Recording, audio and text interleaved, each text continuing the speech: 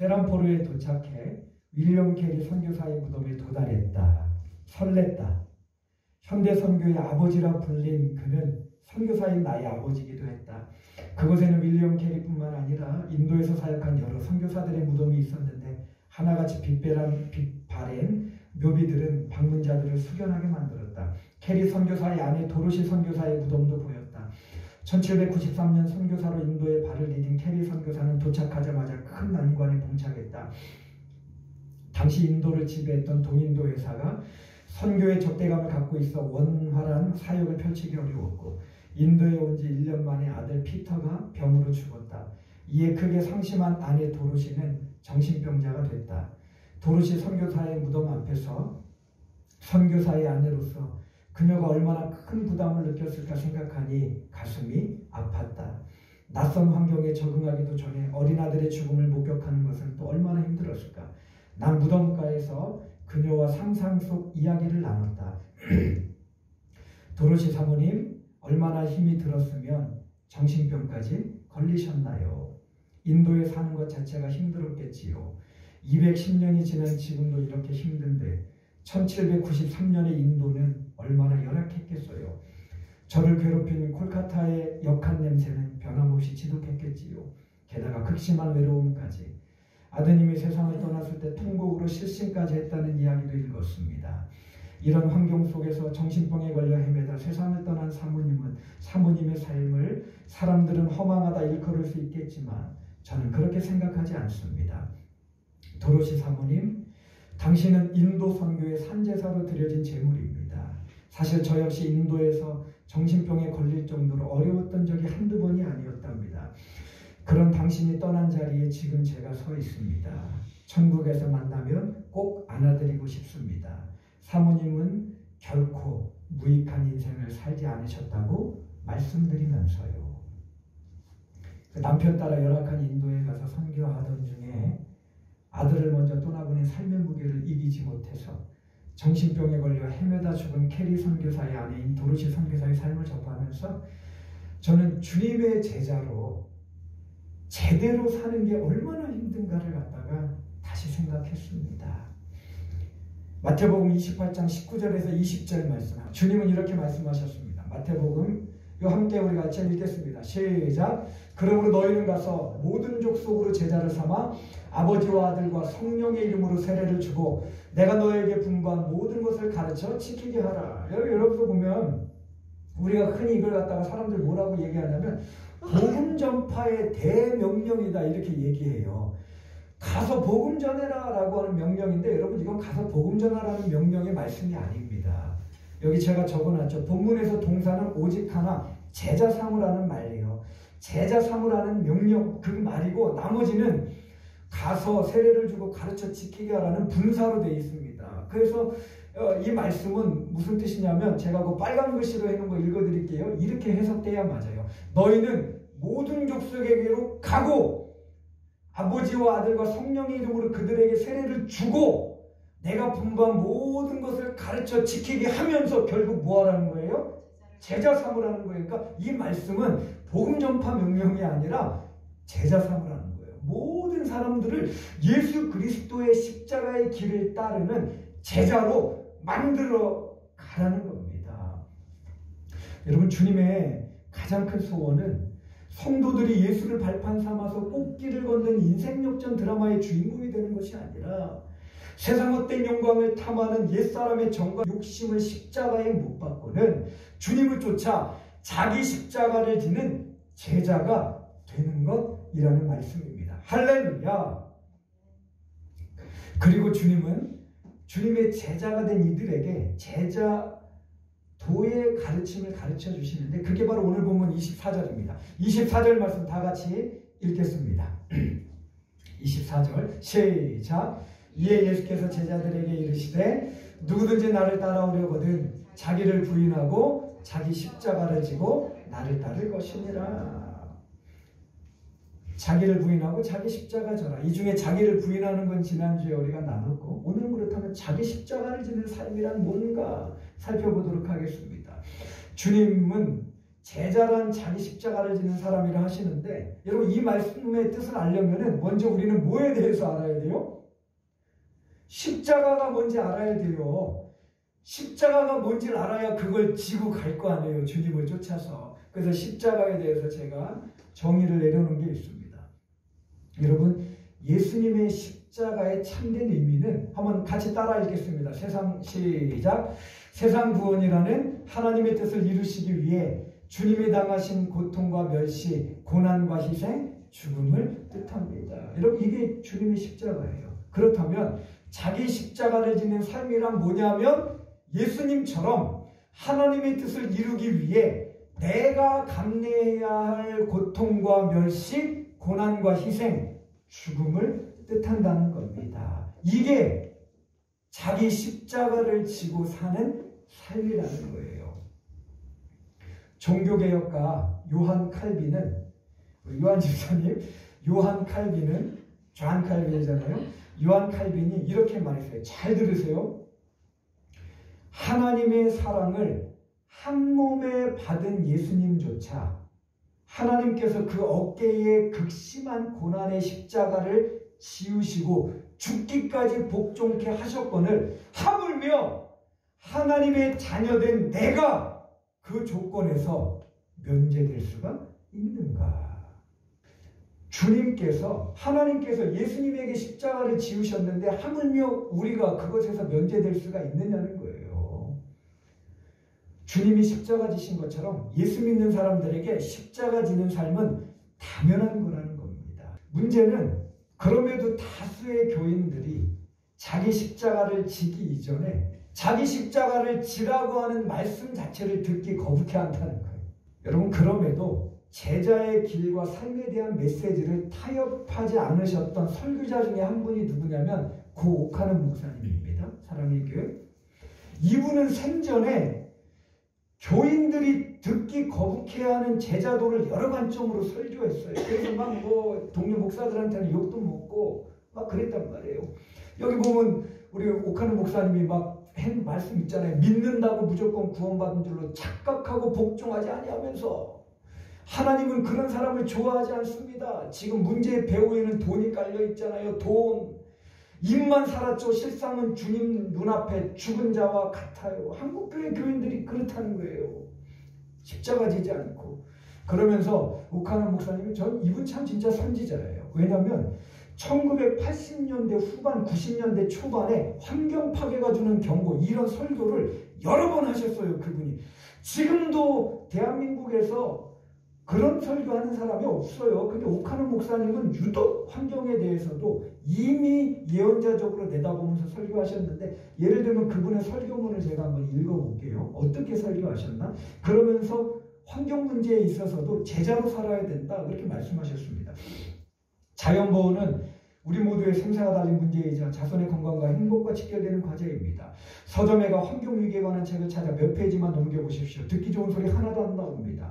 마치 의사가 중병에 걸린 환자를 앉혀놓고 당신은 이렇게 죽을 겁니다 라는 말을 들려주는 것 같습니다.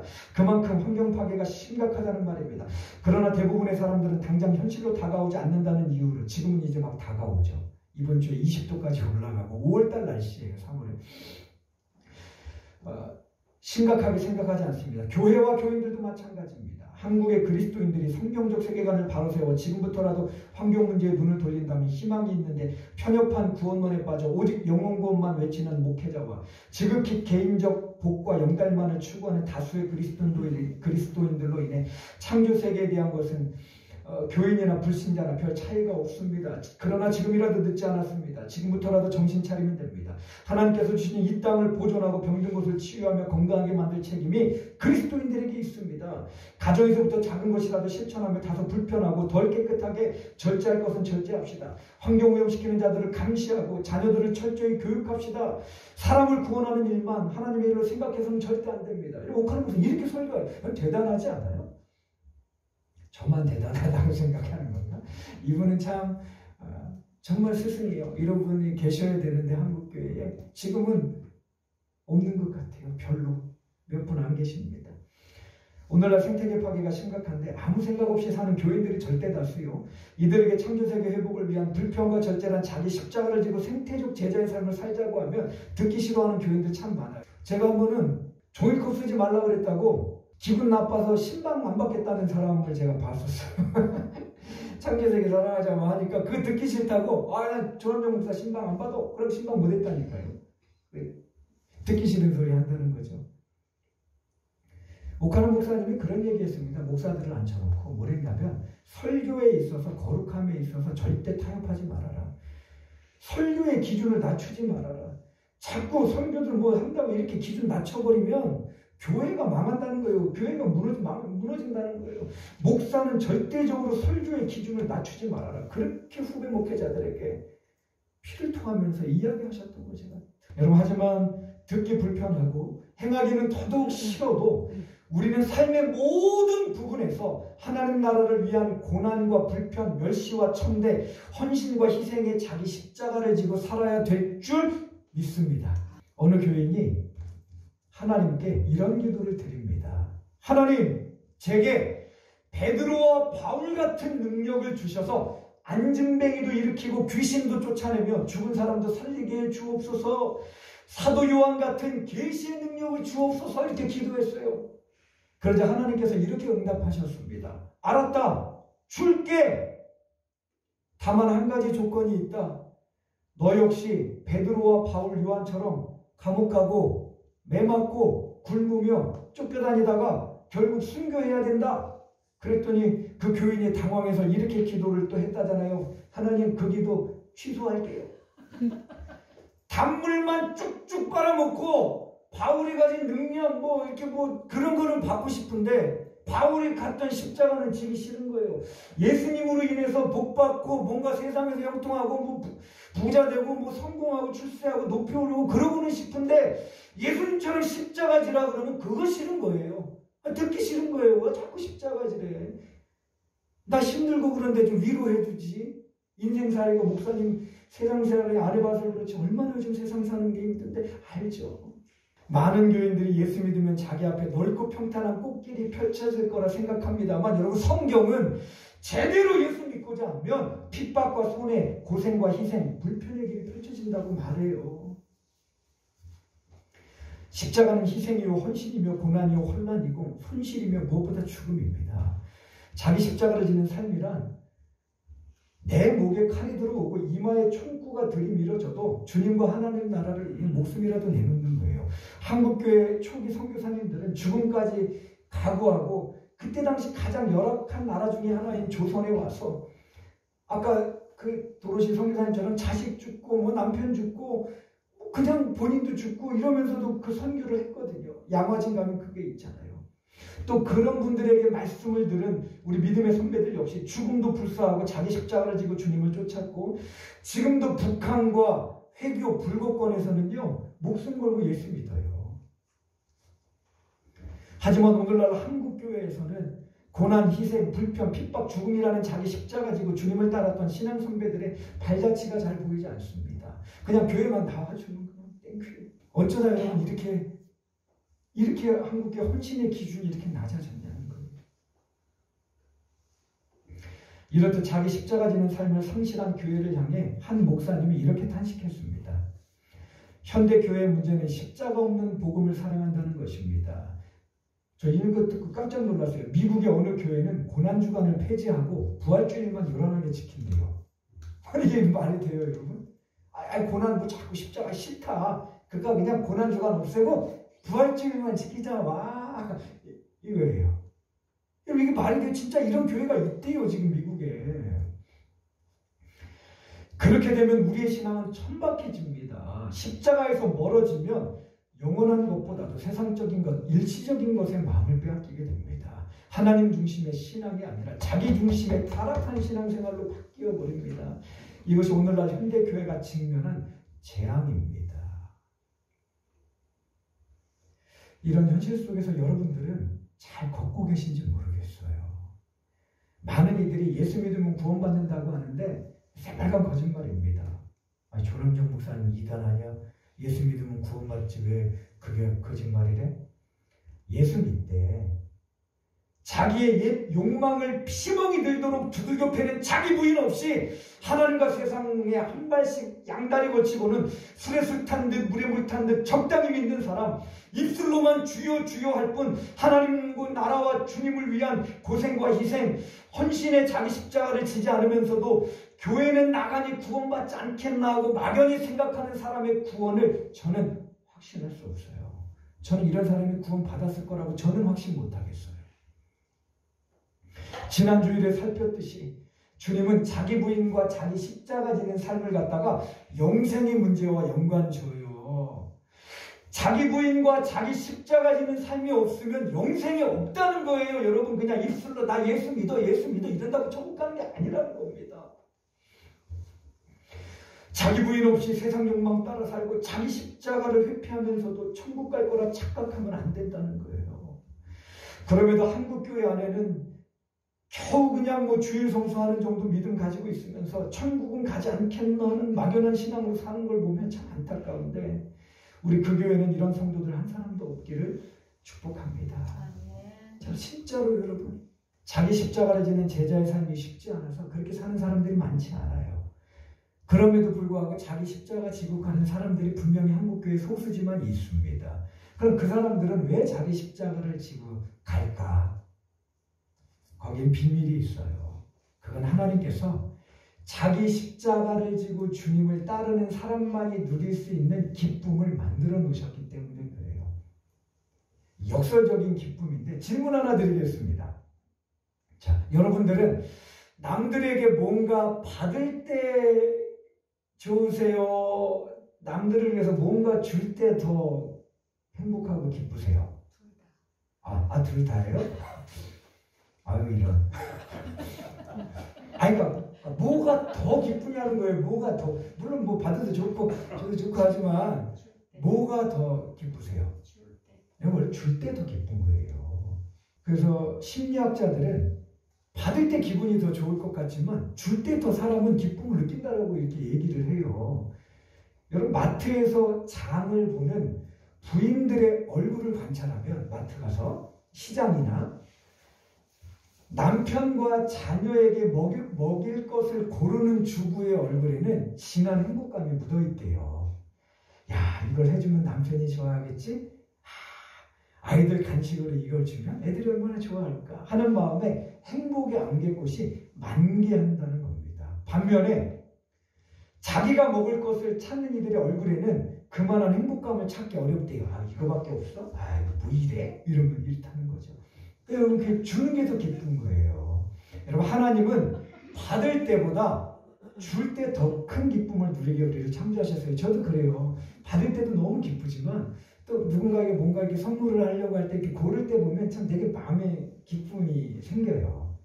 이걸 주면 얼마나 좋아할까? 뭘 주면 더 좋을까? 이런 마음이 있잖아요. 그러니까 하나님은 받을 때보다도 줄 때 더 큰 기쁨을 누리도록 우리를 창조하셨습니다.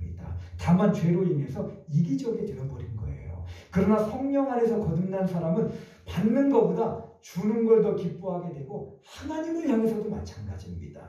그래서 성령 안에서 진실로 새롭게 된 사람은 하나님으로부터 뭘 받아서도 기쁘죠. 우리는 하나님께 공급받아 사니까. 그분의 은혜가 없으면 살 수 없으니까.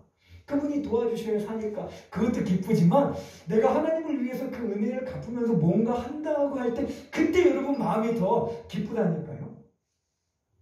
그 기쁨을 여러분 아세요?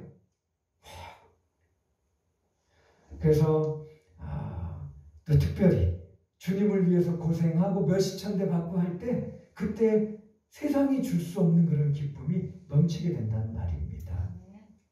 이재철 목사님 아시죠? 주님의 교회 목회하시다가 이제 100주년 교회 하시다가 지금 은퇴하셔서 내려가 계시는데, 이분이 주님의 교회에서 목회할 적에 한 어르신이, 연세가 많이 드신 어르신이 예수님을 영접한 자신의 신앙을 이런 말로 표현을 했대요. 한번 따라하겠습니다. 무거울수록 가벼워라. 무거울수록 가벼워라. 역설이잖아요. 그래서 그분께 물었대요. 어르신, 그게 무슨 뜻이에요? 그랬더니 그분이 이런 이야기를 들려주시더래요. 오래전 그 어르신이 찢어지게 가난하던 시절에 어린 딸을 부모님 댁으로 보내서 쌀을 얻어오게 했는데 몇 시간 뒤에 어린 딸이 그 조그만 애가 그냥 초등학교 이제 2, 3학년이나 됐으면 하니까 머리에다가 쌀찜을 이렇게 치고 오는 게 너무 안쓰러워서 물었대요. 얘야 쌀 자루가 무겁지 않냐? 그러니까 딸이 이렇게 답하더래요. 할머니께서 쌀 부대에 쌀을 퍼넣어 주실수록 부대는 자꾸 무거워지는데 이상하게도 무거울수록 가벼웠습니다. 이 예를 들면서 그 어르신이 이렇게 고백하더래요. 요즘 제 심정이 그와 같습니다. 하나님을 알면 알수록 말씀을 통해 하나님께서 요구하시는 대로 살면 살수록 제 마음속에 하나님의 말씀이 차 넘치면 넘칠수록 무거워야 할 것 같은 제 삶은 오히려 가볍습니다. 할렐루야. 이 말 뒤에 이재철 목사님이 이런 소견을 적었어요. 쌀을 넣을수록 응당도 무거워야 할 부대가 어찌 무거울수록 가벼울 수가 있겠습니까? 이유는 한 가지, 그 쌀은 사랑하는 가족들을 위한 생명이기 때문입니다. 쌀이 무거우면 무거울수록, 많으면 많을수록 사랑하는 부모 형제의 생명이 그만큼 더 확실하게 보장되기 때문입니다. 어떻게 말씀을 쫓아 주님께서 요구하시는 대로 살아가는 신앙생활이 무겁기는커녕 가벼울 수 있습니까? 그것이 바로 생명의 삶이기 때문입니다. 진리를 행하라는 말씀이 내게 무거우면 무거울수록 그것을 통해 이 땅에 하나님의 나라가 강력하게 이루어질 것이며 수많은 생명이 주님께 인도될 것입니다. 그렇기에 주님을 따르는 삶은 고생스럽고 무거워도 가볍습니다. 여러분, 이 놀랍지 않아요? 우리가 정말 신앙의 어떤 그 깊이를 가지려면 이런 깊이를 가졌으면 좋겠어요. 너무 무겁게 십자가 지고 가는데 오히려 기쁘고 감사하고 가벼운 거예요. 왜? 십자가를 지는, 내 십자가를 지는 그 내 삶을 통해서 하나님의 뜻이 이루어지는 거잖아요. 주님이 영광 받으시는 거잖아요. 솔직히 고난과 핍박이 자기 십자가를 지고 사는 삶은 무겁습니다. 하지만 그런 삶을 사는 나를 통해 하나님의 거룩한 뜻을 하늘에서와 같이 이 땅에 이루어가고 계시기에 제자의 삶은 무거울수록 가벼운 거예요. 핍박과 고통과 시천대 손해와 불편이 심할수록 나를 통해 생명과 구원의 하나님 나라가 이 땅에 힘있게 확장되기에 오히려 자기 십자가를 지는 고통 속에서 그 고통을 초월하는 천상의 기쁨을 누리는 게 되는 건데, 여러분 이거 아세요? 이 기쁨 아세요? 힘든데 예수님 때문에, 예수님을 위해서 내가 힘든데 고통스러운데 기쁜 거예요.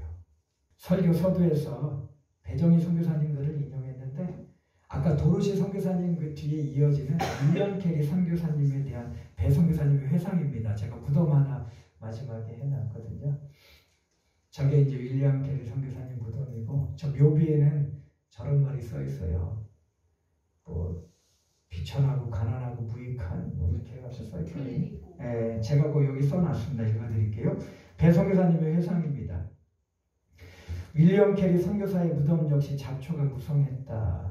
현대 선교의 아버지로 추앙받는 인물의 무덤치고는 너무나 초라했다. 캐리 선교사의 묘비에는 가엾고 비천하며 연약한 벌레 같은 데가 주님의 온유한 발에 안기다라는 묘비명이 쓰여 있었다. 그는 첫 부인은 물론 둘째, 셋째 부인도 먼저 세상을 떠나보니 세상적으로는 지극히 불행한 인물이었다. 그 같은 불우한 가정사를 딛고 엄청난 사역을 펼쳤지만 그는 언제나 자신을 비천한 벌레 같은 존재로 여긴 가난하고 낮은 마음의 소유자였다. 그 낮은 마음을 하나님은 높이 쓰셨다. 캐리 선교사의 무덤에서 그의 일생을 반추하다 보니 가슴이 먹먹해졌다. 다시 상상 속으로 그에게 말을 걸었다. 캐리 선교사님, 먼저 인도 땅에 와주셔서 감사합니다. 당신은 인도의 악습을 없애기 위해 고군분투하셨지요. 수많은 성경 번역을 했고 자비람 선교에 본을 보여주셨습니다. 당신이 수행한 팀사역은 후배 선교사들의 귀감이 됩니다. 그런데 말입니다. 선교사님의 무덤이 너무나 초라해서 마음 아픕니다. 무덤 위에 이 잡초들은 무엇입니까? 인도는 인건비도 싼데 잡초 뽑을 사람도 없었답니까? 대선배 선교사의 인생에 연민이 느껴졌기 때문일까? 왈칵 눈물이 쏟아졌다. 하나님, 이게 뭐예요? 라고 따지고 싶었다. 윌리엄 캐리 선교사의 인생이 너무나 불쌍하게도 보였다. 한참을 울다 보니 성령께서 주시는 음성을 듣게 되었다. 눈물 흘리는 나를 지켜보신 아버지의 목소리였다. 내 딸 정이야?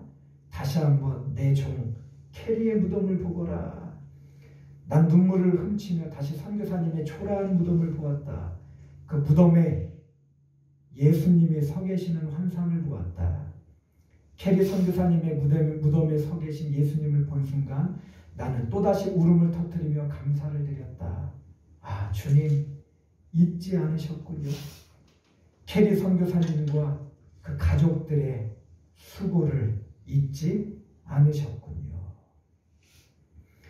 한없이 초라한 캐리 선교사의 무덤 곁에 영광스러운 모습으로 서 계셨던 주님을 보며 인도 선교라는 고난과 멸시의 자기 십자가를 기꺼이 지고 주님의 뒤를 쫓고 있는 배정희 선교사님, 그리고 배정희 선교사님이 앞서 열악하기 그지없는 인도에서 선교사라는 자기 십자가를 지고 고통 속에 사역했던 캐리 선교사님 역시 그 극심한 고통 속에서 역설적으로 임하는 하늘의 기쁨을 누렸을 거예요.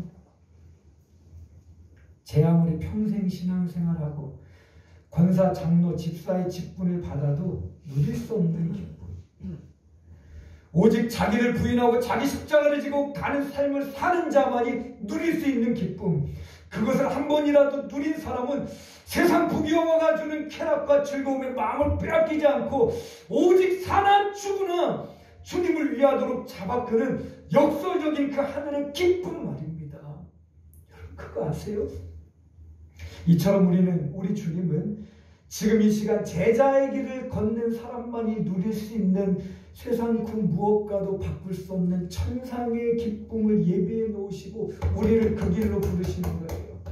이런 주님의 부르심 앞에서 예 주님, 제가 주님의 뒤를 쫓아서 나를 부인하며 제게 지워진 십자가를 지고 주님을 따르겠습니다라고 큰 소리로 응답하며 제자의 삶을 살아서 하나님의 뜻을 이 땅에 이루는 참된 그리스도인들이 다 되시기를 간절히 기원합니다. 오늘 좀 함께 기도하는 시간을 갖겠습니다. 함께 기도하실 때에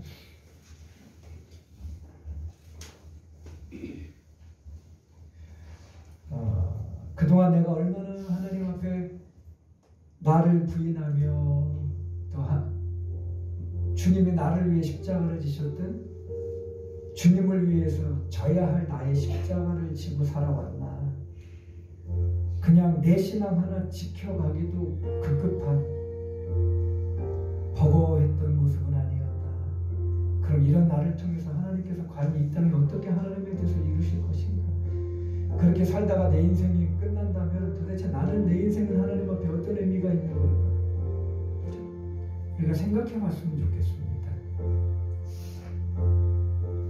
나로 겨우 이 정도로 살아가라고 하나님이, 예수님이 나를 위해 십자가에 죽으신 건 아닐 텐데 그동안 십자가의 은혜를 싸구려로 만들면서